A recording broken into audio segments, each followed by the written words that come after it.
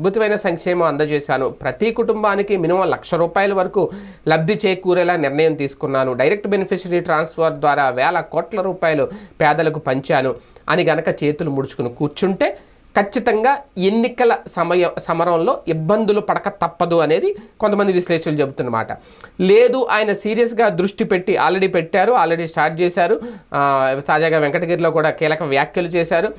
ఇక చేస్తానే ఉంటారు. ఎందుకంటే ఇప్పుడు ఎన్నికల సమయం, ఎన్నికల ఊపు. ఈ 10 రోజులే ఎంత కష్టపడినా మళ్ళీ 5 ఏళ్ల పాటు సీఎం అనే 2 అక్షరాలు పేరు ముందు కంటిన్యూ చేసుకోవాలా, లేదంటే 4 అక్షరాలు ఎక్స్ సీఎం అనే పేరు చేర్చుకోవాలా అనేది ఇప్పుడు ఈ 10 రోజుల మీద ఆధారపడి ఉంటుంది. ఎంతకు మించి ఏమీ చేయలేరు.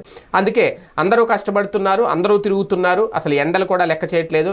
నాయకులు అందరూ కూడా తిరుగుతున్నారు. అలాగే జగన్మోహన్ రెడ్డి గారు కూడా తిరుగుతున్నారు. ప్రత్యేక హెలికాప్టర్లో పర్యటన చేస్తున్నారు, తిరుగుతున్నారు. కానీ ఇక్కడ కీలకమైన అంశం అదే.